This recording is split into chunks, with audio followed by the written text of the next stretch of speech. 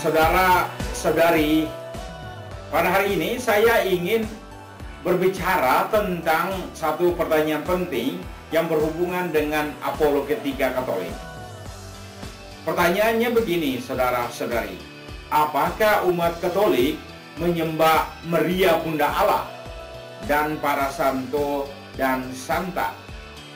Saya akan menjelaskan lebih dahulu 4 istilah penting, istilah Latin atau 4 term penting yang digunakan dalam gereja Katolik. Kata yang pertama itu kata Latin, itu latria.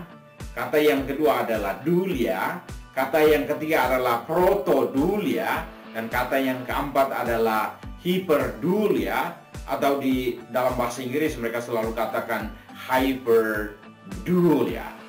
Sesudah itu saya akan melihat bagaimana dan mengapa kata-kata ini penting untuk kita ketahui.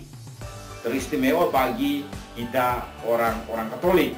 Dan dengan itu kita bisa menjelaskan kepada orang-orang yang tidak sealiran dengan kita. Atau terutama untuk saudara-saudari yang beragama Protestan. Sesudah itu saya akan melihat sedikit sejarah kata menyembah atau penyembahan, atau dalam bahasa Inggris itu worship or adoration. Dalam bahasa Indonesia kita gunakan kata adorasi. Sesudah itu saya akan membuat konklusi, kesimpulan berdasarkan semua yang kita bicarakan pada hari ini. Karena itu, saudara-saudari, saya mengharapkan agar saudara-saudari mengikuti seluruh penjelasan ini sampai akhir, sehingga bisa mengerti dan juga bisa menjawab pertanyaan ini. Apakah umat Katolik menyembah Maria Bunda Allah dan para santo dan santa? Hal yang pertama yaitu kita menjelaskan tentang istilah-istilah Latin ini. Istilah pertama adalah latria. Kata latria ini adalah bahasa Latin seperti yang saya katakan tadi, dan kata ini berasal dari bahasa Yunani. Latreia itu kalau diterjemahkan ke dalam bahasa Inggris itu worship or adoration, sehingga diterjemahkan lagi ke dalam bahasa Indonesia yang artinya menyembah atau penyembahan atau juga adorasi. Nah, saudara-saudari, Santo Thomas Aquinas mendefinisikan kata latria ini sebagai berikut, bahwa latria itu suatu manifestasi akan kepasrahan, pengakuan, dan ketergantungan yang ditujukan kepada pribadi yang tidak diciptakan. Jadi ditunjukkan kepada pribadi yang tidak diciptakan.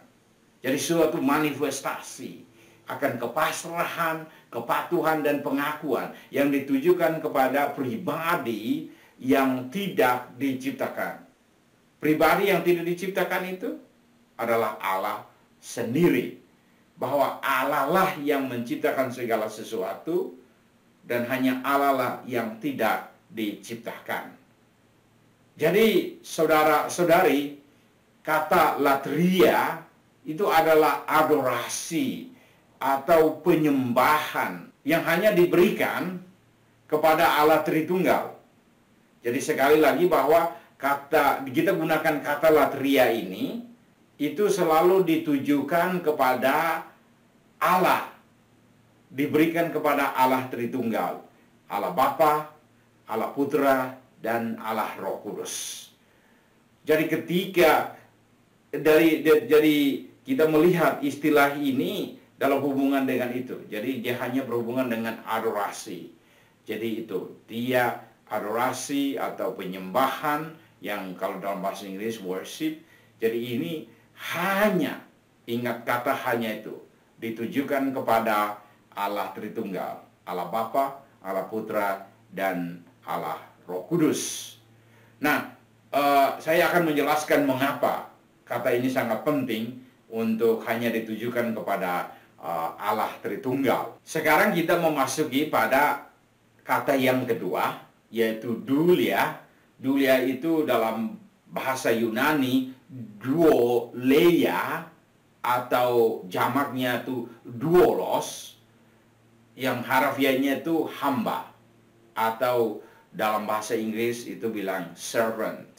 Tapi diterjemahkan dalam konteks ini, yaitu dalam bahasa Inggris mereka bilang veneration, respect. Jadi itu penghargaan, penghormatan. Dan istilah ini, saudara-saudari, itu hanya diberikan kepada para santo dan santa, dan juga kepada para malaikat. Jadi kita memberikan penghormatan atau penghargaan kepada para santo dan santa dan para malaikat karena kerja mereka, karena apa yang mereka lakukan dalam hidup mereka, sehingga kita memberikan penghormatan atau penghargaan kepada mereka. Jadi kata bahasa Inggrisnya itu veneration. Jadi itu beda dengan kata worship. Worship itu menyembah, sedangkan kata dulia itu respect atau veneration. Jadi penghormatan dan penghargaan. Itu hanya ditujukan kepada para malaikat dan juga kepada para santo dan pada santa. Santo dan santa. Sekarang kita memasuki pada kata yang ketiga, yaitu kata protodulia. Saudara-saudari, kata proto itu dalam bahasa Latin yang artinya pertama, atau bahasa Inggris first.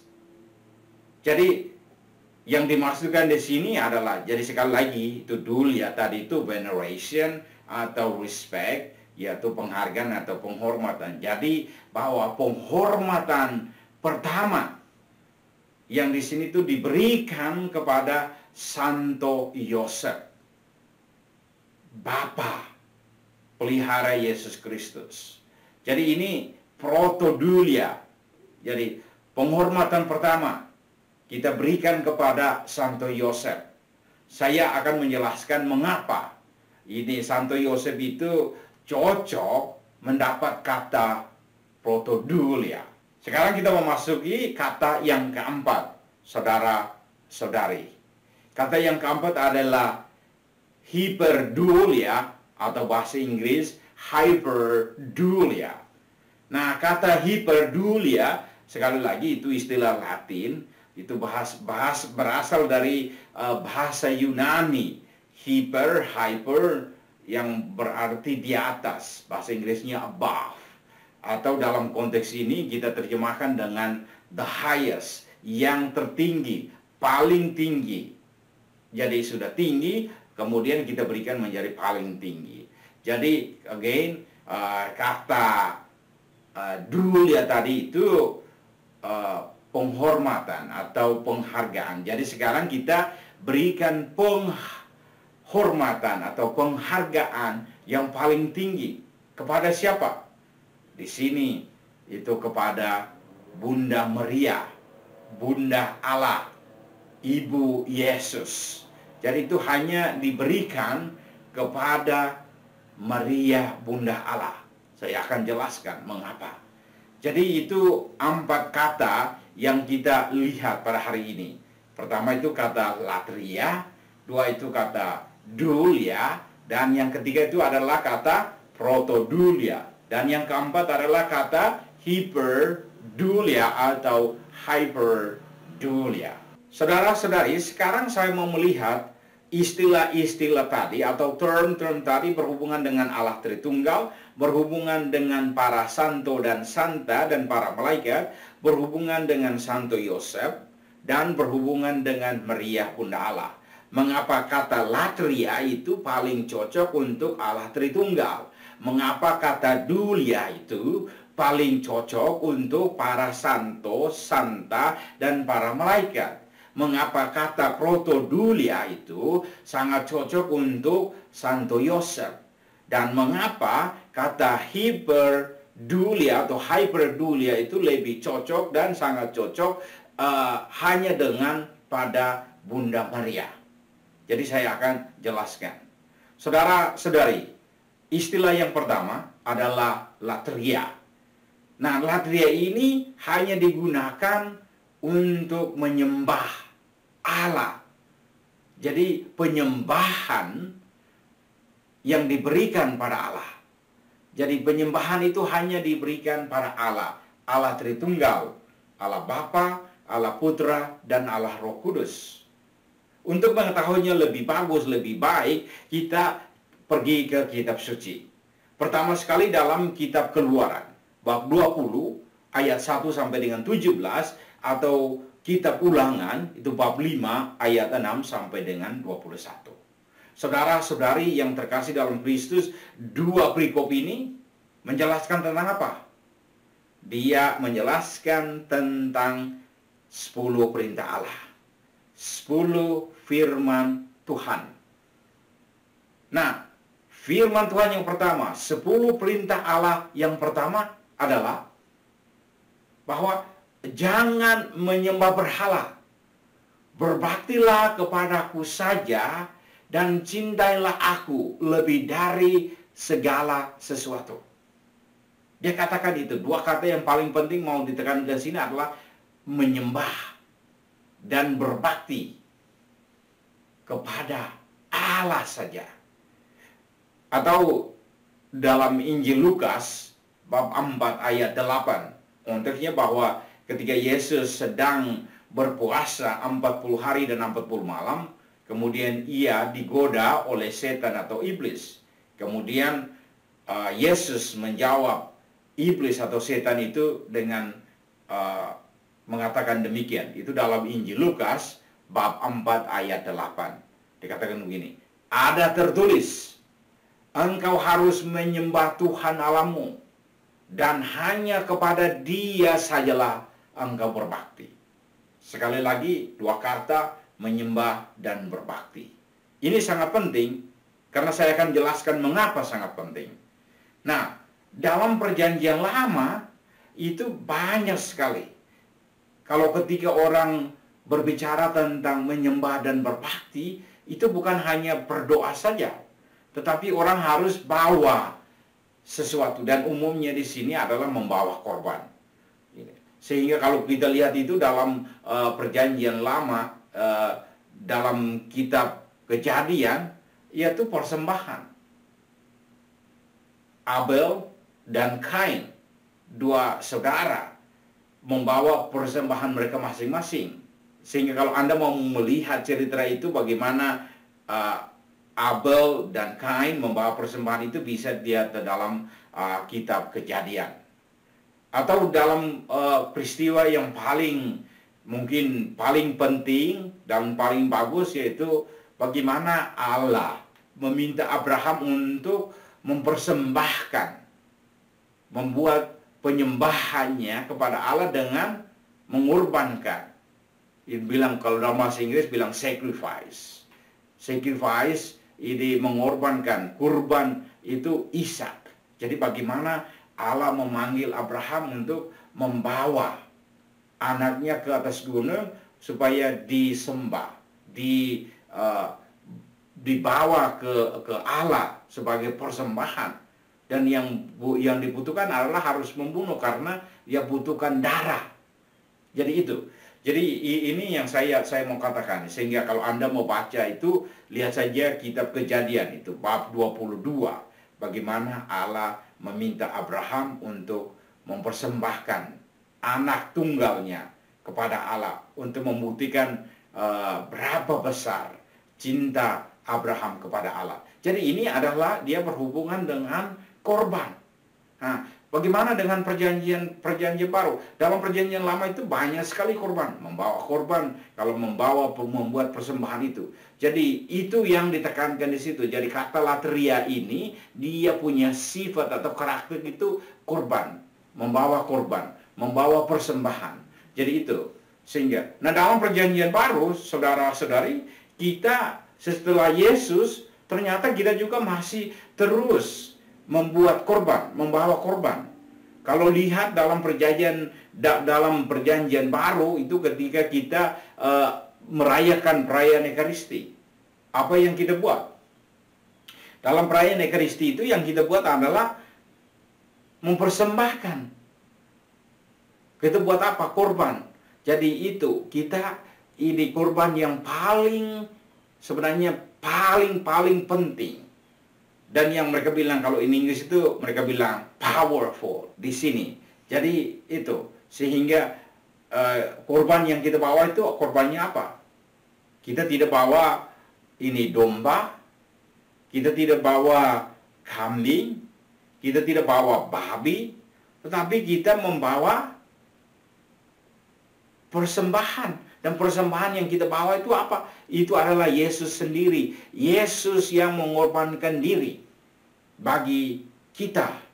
Sehingga saudara-saudari yang terkasih, kita melihat di sini jadi pengorbanan. Dan kalau Anda mau ikuti ini perayaan Ekaristi itu, kita itu doa persembahan, doa persiapan persembahan. Saya harap itu Anda semua itu ingat.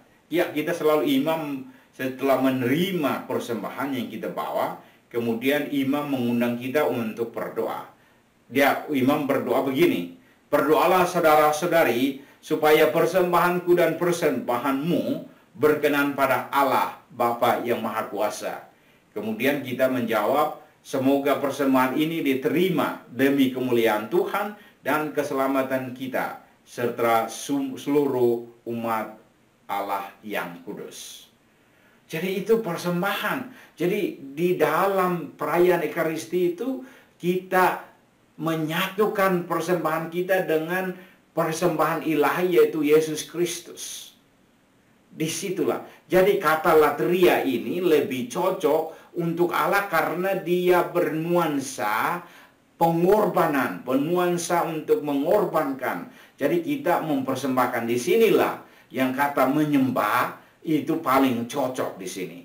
Jadi kita menyembah Allah. Makanya kata latria ini hanya cocok untuk Allah karena apa? Dia tuh artinya menyembah, kemudian bersifat atau bernuansa, berkarakter korban. Jadi kita bawa korban. Dalam perjanjian lama korban, dalam perjanjian baru juga korban. Yang kita untuk orang Katolik itu korban yang paling utama dan paling penting adalah kita membawa Yesus Kristus. Yesus sendiri yang mengorbankan dirinya di atas altar. Dan kita membawa korban kita membawa persembahan kita untuk menyatukan dengan korban Yesus Kristus. Jadi saudara-saudari yang terkasih, semoga Anda sekalian memahami kata latria ini. Jadi sekali lagi, kata latria ini lebih cocok untuk Allah karena hanya Allah sajalah yang disembah. Kita hanya bisa menyembah dan berbakti kepada Allah. Kita tidak bisa menyembah ciptaan lain. Ciptaan lain itu kita gunakan kata yang lain. Sekarang saudara-saudari, kita melihat kata yang kedua, yaitu dulia. Nah, kata dulia ini lebih cocok digunakan untuk para malaikat dan para santo dan santa.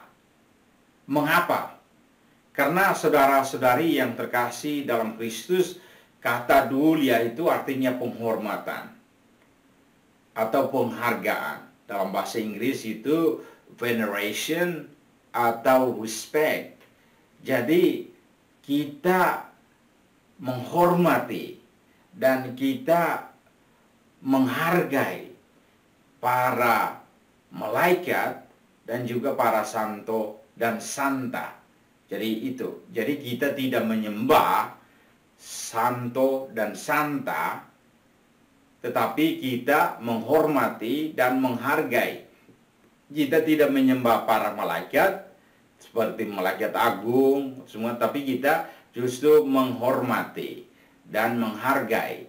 Menghargai karena mereka telah melaksanakan kehendak Allah demi saudara-saudari kita yang ada di sekitar kita. Mereka mendoakannya, Mereka membantu, para malaikat selalu membantu kita. Nah, itulah apa yang kita buat terhadap mereka. Kita menghargai mereka, kita menghormati mereka. Saudara-saudari, sekarang kita masuk kepada poin yang ketiga, atau kata yang ketiga, yaitu protodulia. Kata proto itu berarti pertama, bahasa Yunani. Berarti di sini adalah penghargaan pertama atau penghormatan pertama diberikan kepada siapa? Kepada Santo Yosef. Jadi penghormatan pertama itu hanya diberikan kepada Santo Yosef. Mengapa? Saya berikan dua alasan mengapa kita memberikan Santo Yosef itu penghormatan yang pertama, protodulia. Pertama sekali karena kesetiaan dan ketaatannya pada panggilan Allah. Bagaimana Allah memilih dia untuk membimbing dan menuntun keluarga kudus, Maria, Yesus, dan Yosef.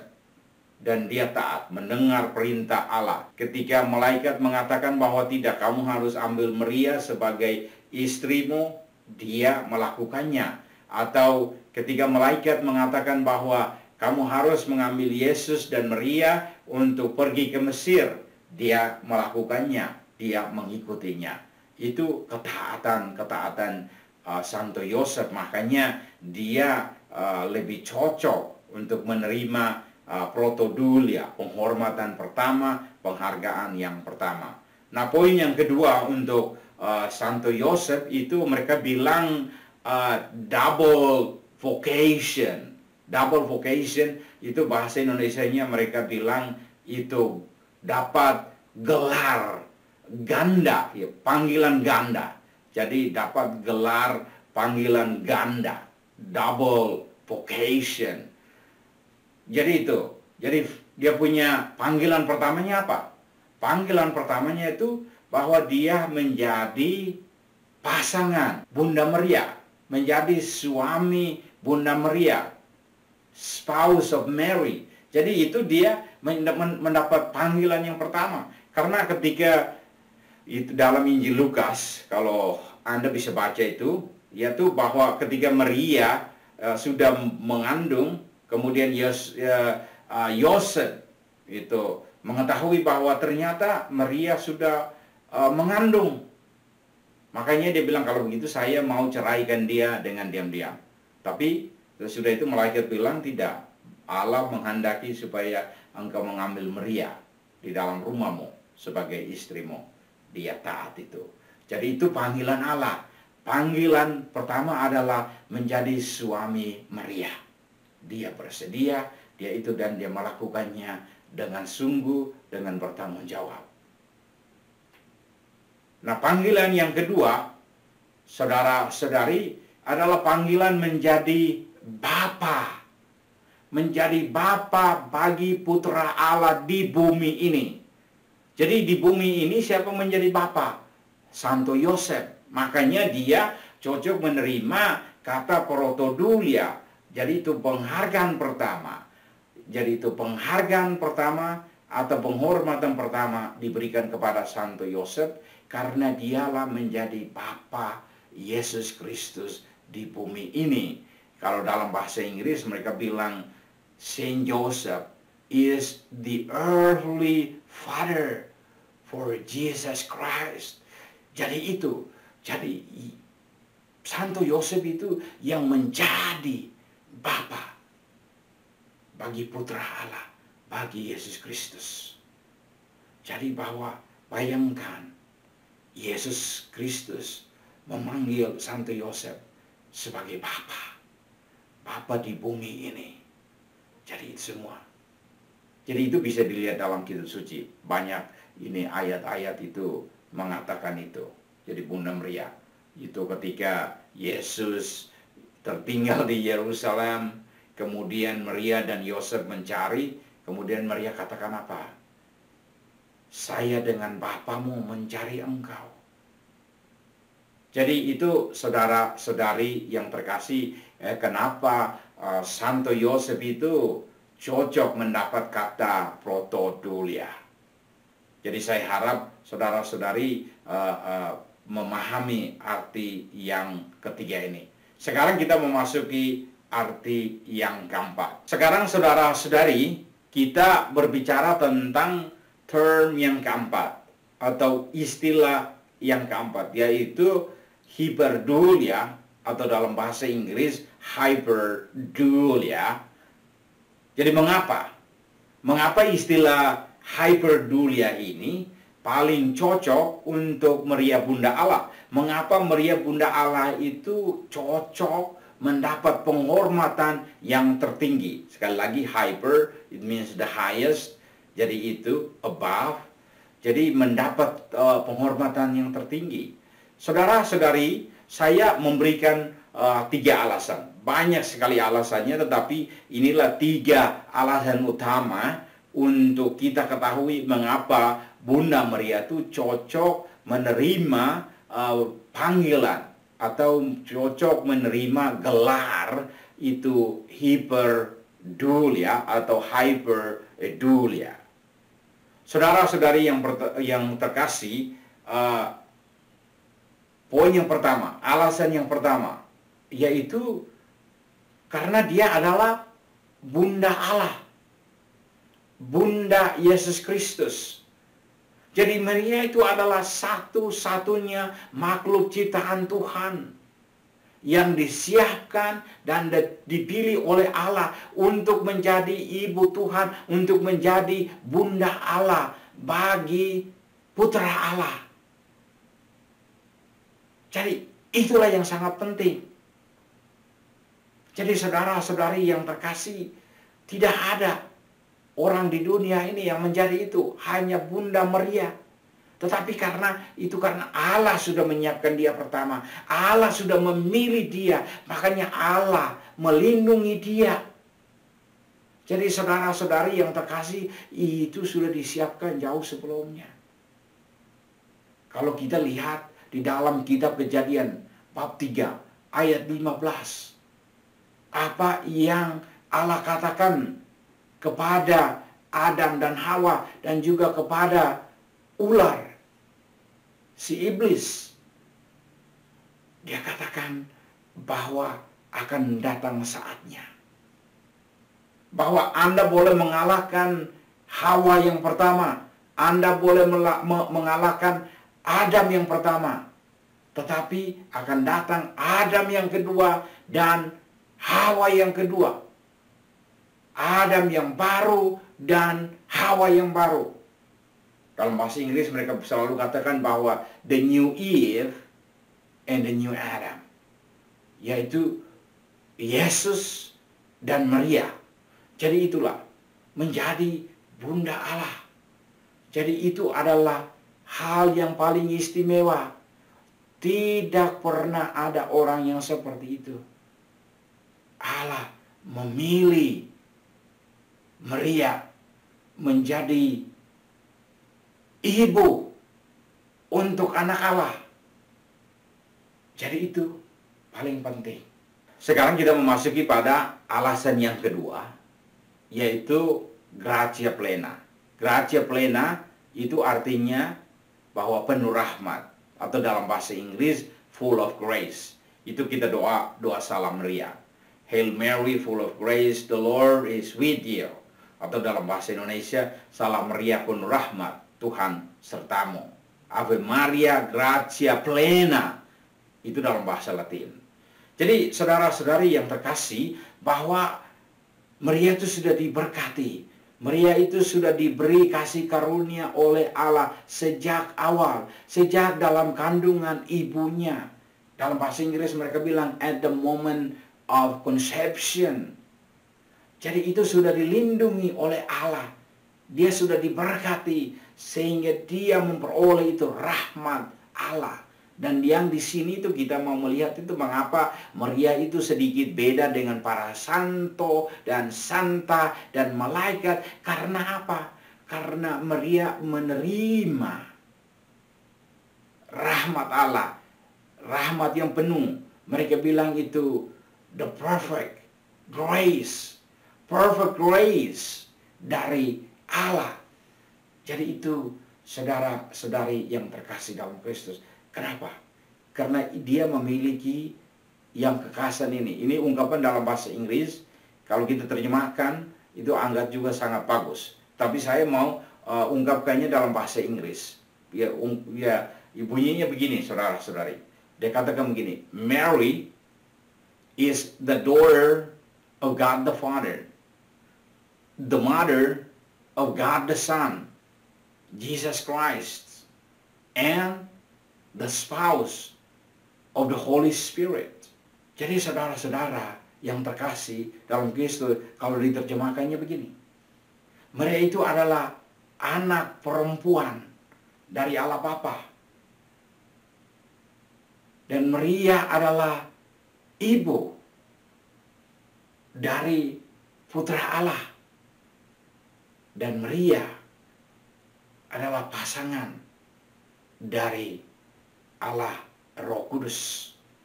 Inilah yang membuat Maria, sekali lagi, inilah yang membuat Maria penuh rahmat. Jadi dia berpartisipasi dalam keilahian Allah. Dia berpartisipasi dalam keilahian Allah. Jadi saudara-saudari yang terkasih, inilah yang kita katakan. Jadi itu, kalau Anda masih ragu, bisa lihat di dalam kitab suci Injil Lukas bab 1. Dan teristimewa itu dalam Injil Lukas bab 1 ayat 28. Dia katakan begini, Hail full of grace, the Lord is with you. Salam penuh rahmat, Tuhan sertamu. Jadi saudara-saudara yang terkasih dalam Kristus, lihat saja, itu kata-kata dari siapa? Kata-kata dari malaikat agung, malaikat Gabriel membawa warta gembira kepada Maria. Malaikat Gabriel dapat kata-kata ini dari mana? Dari Allah sendiri. Jadi katakan Allah sendiri katakan kepada Maria bahwa Hail full of grace, the Lord is with you. Dia katakan begini bahwa salam penuh rahmat, Tuhan sertamu. Allah mengatakan bahwa Maria tidak usah takut, tidak usah cemas, karena Tuhan menyertai Anda. Tuhan bersamamu. Tuhan akan melindungi Anda. Tuhan akan menyertai Anda. Jadi poin yang kedua tadi itu gratia plena. Sekarang kita memasuki pada poin yang ketiga, yaitu ketaatan dan kesetiaan Maria kepada panggilan Allah. Ketaatan dan kesetiaan Maria itu mulai dengan kerelaannya untuk menerima tawaran Allah, untuk mengandung Allah Putra Yesus Kristus. Dia bilang itu, jadi malaikat datang memberikan kabar gembira kepada dia. Kemudian Maria menerimanya. Kemudian Maria katakan bahwa akulah hamba Tuhan. Terjadilah padaku menurut perkataanmu. Jadi Maria itu sudah diberkati, dilindungi karena apa? Karena ia taat kepada Allah.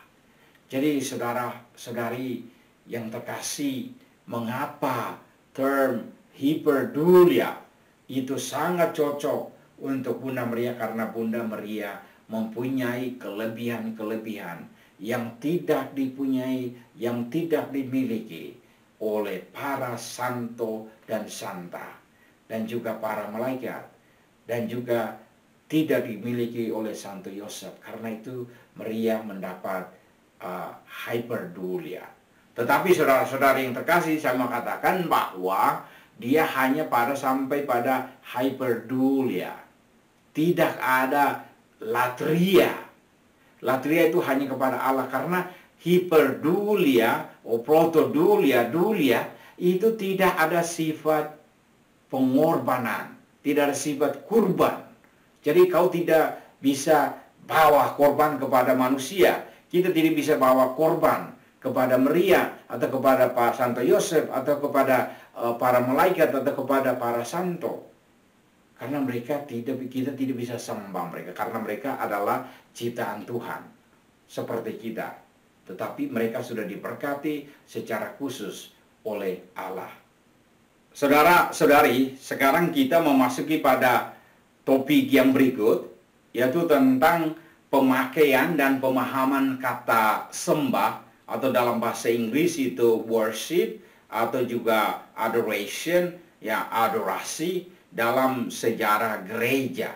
Sekali lagi saya mau katakan bahwa kalau kita melihat dalam sejarah gereja, teristimewa zaman Santo Thomas Aquinas, itu orang sering menggunakan kata menyembah atau worship ini secara campur, dan katakan sehingga kadang-kadang itu ada ungkapan atau juga gereja ya membiarkan itu. Jadi itu bisa dilihat di dalam kitab suci, tapi saya hanya mau menjelaskannya secara singkat bahwa dalam sejarah gereja itu kita juga gereja pernah mengatakan bahwa ya kami juga itu menyembah Maria, kami juga menyembah Allah.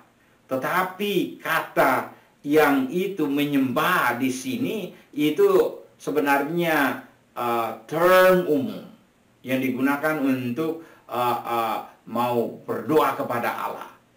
Jadi dia tidak secara ini khusus. Makanya Santo Thomas Aquinas gunakan istilah-istilah Latin tadi untuk membuat itu. Bahwa kita gunakan kata worship itu, kita katakan sembah itu, adorasi itu untuk Allah dan juga untuk Bunda Maria, atau juga untuk para santo, tetapi tidak punya nuansa, dia tidak punya nuansa yang sama, dia tidak punya arti yang sama. Jadi kita tidak bisa katakan ya kami menggunakan latria untuk Maria, kami gunakan latria untuk para santo. Tidak. Kita tidak gunakan itu. Karena kata latria itu mempunyai karakter pengorbanan. Atau dalam bahasa Inggris mereka bilang sacrificial character. Jadi sacrificial character itu kata latria itu ditujukan. Jadi itu pengorbanan, kurban. Jadi kurban persembahan. Itu yang kita hanya itu bawa kepada Allah. Kita tidak bawa kurban untuk manusia. Jadi sekali lagi, itu saya mau katakan itu dalam sejarah itu pernah digunakan kata menyembah itu, bahwa Maria juga menerima kata menyembah. Jadi kita pernah gereja gunakan itu ya. Jadi seperti Santo Thomas Aquinas atau Santa lain juga gunakan kata itu bahwa menyembah Maria, tetapi dalam konteks yang berbeda. Jadi kita menyembah Maria itu dengan dalam konteks yang itu tadi, hyperdulia. Jadi kita hanya memberikan penghargaan tertinggi kepada Maria. Kita tidak pernah menyembah Maria. Kita tidak pernah menyembah para santo atau para malaikat. Jadi itu. Jadi itu sedikit itu. Kalau orang mulai bertanya, ya kita harus akui bahwa dalam sejarah gereja itu kami pernah gunakan kata menyembah itu kepada Maria, ya dalam itu. Tetapi yang di konteks untuk kita orang Katolik, yaitu kita memahami itu. Kita tidak pernah pakai kata latria untuk Maria. Kita tidak pernah pakai kata latria untuk Santo Yosef. Kita tidak pernah pakai kata latria untuk para malaikat dan para santo dan santa. Jadi itu, kita hanya gunakan term itu. Jadi itu makanya Santo Thomas Aquinas menggunakan term ini untuk membantu kita. Jadi ketika kita bilang menyembah itu kepada Allah, itu kita maksudkan itu adalah kata latria, karena dia punya karakter pengorbanan. Sedangkan kita bilang kita menyembah Maria, itu yang kita maksudkan itu hyperdulia. Yang kita maksudkan itu adalah memberi penghargaan atau penghormatan tertinggi. Kita tidak pernah menyembah. Jadi menyembah dalam konteks itu. Jadi saya harap saudara-saudari menangkap itu. Kalau tidak jelas nanti kita akan jelaskan, mungkin ada yang mau bertanya. Tapi inilah sedikit sejarah mengapa kata ini sering disalahgunakan, sering disalah tafsir oleh mereka-mereka yang mungkin tidak memahami ajaran gereja atau oleh mereka-mereka yang tidak mengerti seperti umumnya mungkin dari saudara-saudari yang beraliran bukan Katolik, yaitu Protestan. Jadi sekali lagi saya mau katakan bahwa latria itu hanya untuk Allah, karena dia punya karakter pengorbanan. Sedangkan dulia, protodulia, dan hiperdulia itu digunakan untuk ciptaan Tuhan. Jadi yang tertinggi diberikan kepada Maria, kemudian yang pertama, penghargaan yang pertama, penghormatan yang pertama diberikan kepada Santo Yosef. Kemudian penghormatan secara umum itu diberikan kepada para malaikat, para santo dan santa. Kini saudara-saudari yang terkasih, kita memasuki pada kesimpulan. Nah, kesimpulan yang saya mau katakan di sini, pertama, kata latria itu hanya untuk Allah. Jadi kita hanya menyembah Allah. Kita menyembah Allah Tritunggal, Allah Bapa, Allah Putra, dan Allah Roh Kudus. Sedangkan untuk seluruh ciptaan kita hanya menghormati. Nah, cara penghormatan kita itu ada beda, ada tingkatnya. Tingkat yang pertama itu adalah kita berikan yang paling tertinggi, the highest honor, the highest respect is going to Mother Mary. Jadi kita memberikan penghormatan yang tertinggi, penghargaan yang tertinggi kepada Bunda Maria. Kemudian kita memberikan penghormatan yang pertama, penghargaan yang pertama kepada Santo Yosef. Dan kita memberikan penghormatan dan penghargaan secara umum kepada para malaikat dan kepada para santo dan santa. Sekali lagi, saudara-saudari yang terkasih, ingatlah 4 istilah ini. Yang pertama itu latria, yang kedua itu adalah dulia, yang ketiga itu adalah protodulia, dan yang keempat itu adalah hyperdulia. Semoga saudara-saudari sekalian bisa memahami maksud ini.